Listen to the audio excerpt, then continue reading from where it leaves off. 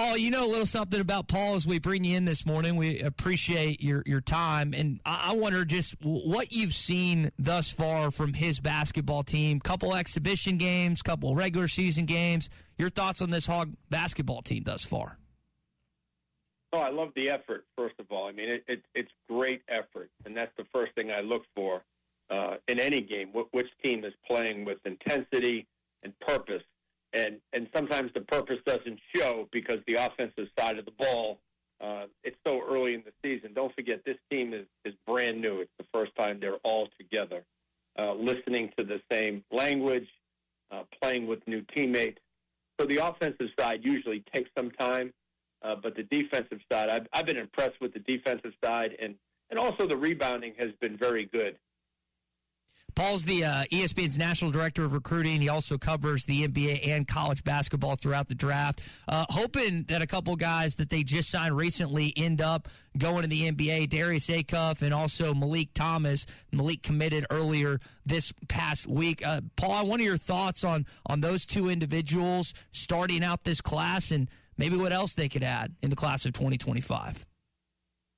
Yeah, that's a dynamic 1-2 punch in the backcourt. It really is. I had a long conversation with Malik Thomas the day that he committed, and he was just so impressed with John Calipari as a person, how he holds all the players accountable, how he holds himself accountable, and how he wants to be part of what's going on in Arkansas because he feels a lot of energy coming out of that program. And he built a relationship with Cal as a person, and I think that's so important first in trying to build a relationship as a recruit, as a basketball player. So there's a great connection between Cal and Malik Thomas, Cal and Darius Acuff. And you have to have that caring before you start coaching those guys. So that's in a good place.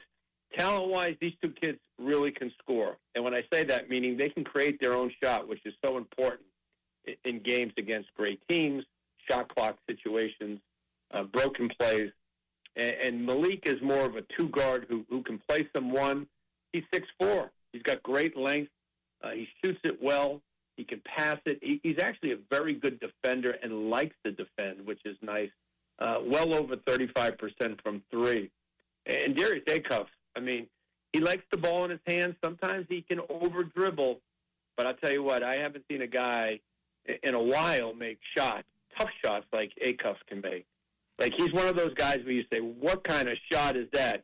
Good shot, because it went in. I mean, he can get your hair to turn gray sometimes fast, and then sometimes with his performances, your hair can get dark again because he's so good. Yeah. Paul, when Arkansas comes up in the conversations now, on the national basis, is Cal's program firmly there with the Dukes, and I guess you still throw Kentucky in there and the UConns? Is Arkansas now considered, in your mind, amongst the elites when it comes to the recruiting conversations? It is. Wherever John Calipari goes, it becomes the best players in the country want to play for him. He's relatable. He has a track record of guys in the NBA. He has a great track record of winning. I know he talks about guys going to the NBA, but look at the winning at Kentucky. Phenomenal. Maybe not as good as he would like in the last 4 or 5 years, but their standard is just so high, just like Arkansas, and then at Memphis and at UMass.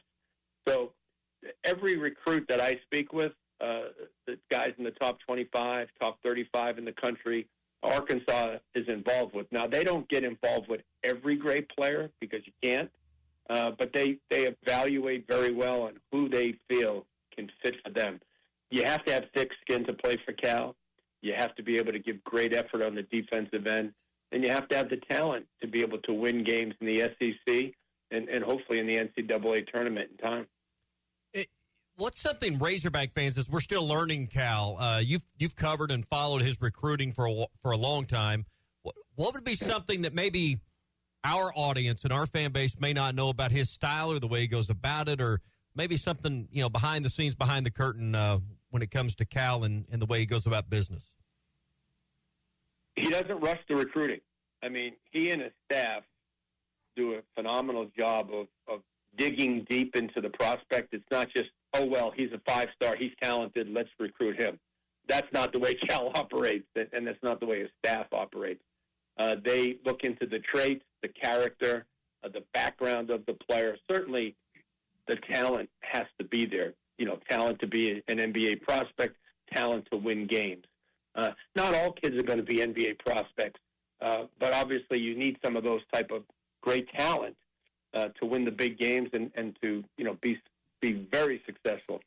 But Cal sometimes and his staff will offer late because they want to be sure that player fits for them.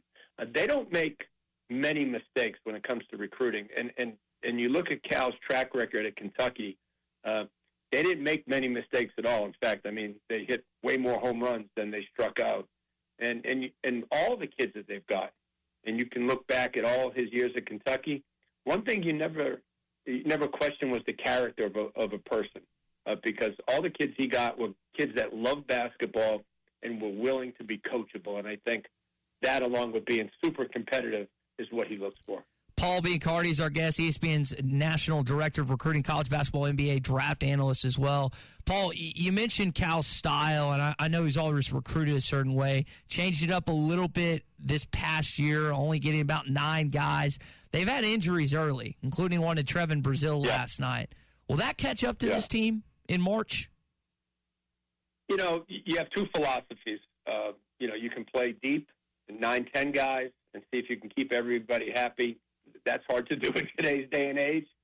And Bobby Crimmins was famous for getting 7 dudes, 7 really good players that could win it all, maybe.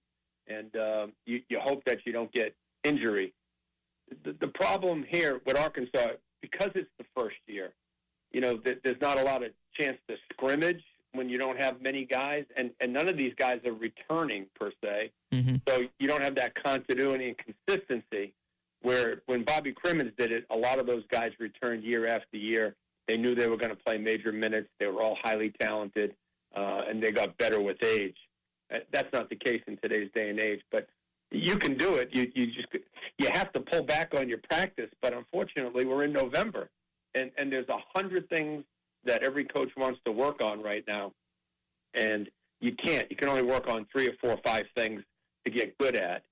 So you have to pull back when you have less guys, and especially with injury. But at the same time, you need more scrimmage time to figure things out with each group and lineups and what you're going to tinker with as time goes on. And then at the same time, guys, you got to prepare for your opponent as much as you're preparing to train yourself, to practice yourself to get better. November is about now, meaning November is about who you are right now.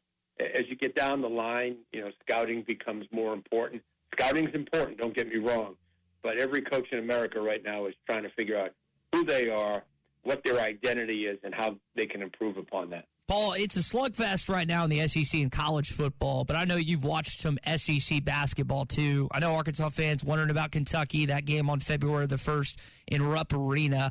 Any idea, though, some of the premier teams you think that will end up being in the Southeastern Conference in basketball?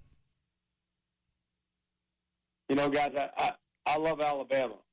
I love their roster. I love the way NATO coaches. I think that they're going to be right there all season long. You don't want to play Tennessee. I mean, maybe the best defensive team in the country, maybe, or at least top 5. Those guys under Rick Barnes, you watch them early in the season, which I just did, and they just swallow you up defensively, and they make the game really hard. I think Georgia is much improved.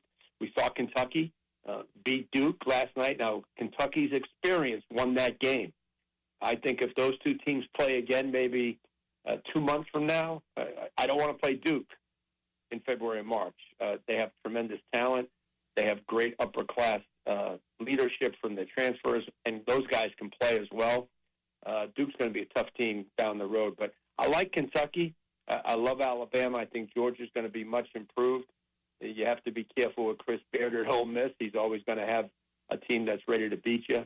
And Bruce Pearl and Auburn. I'd be scared of those guys as well. So those, to me, are the teams, in the SEC right now that kind of get my attention.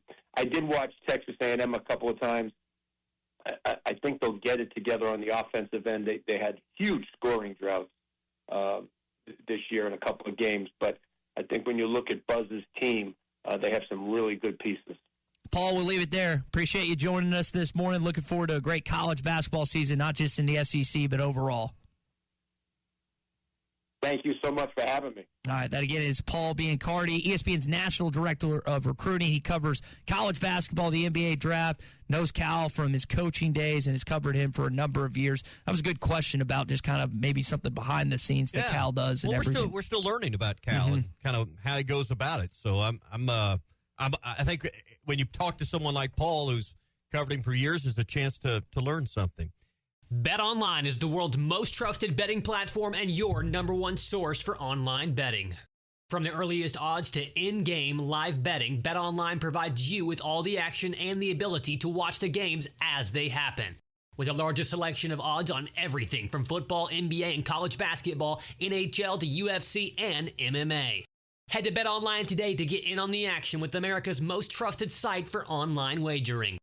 BetOnline, the game starts here.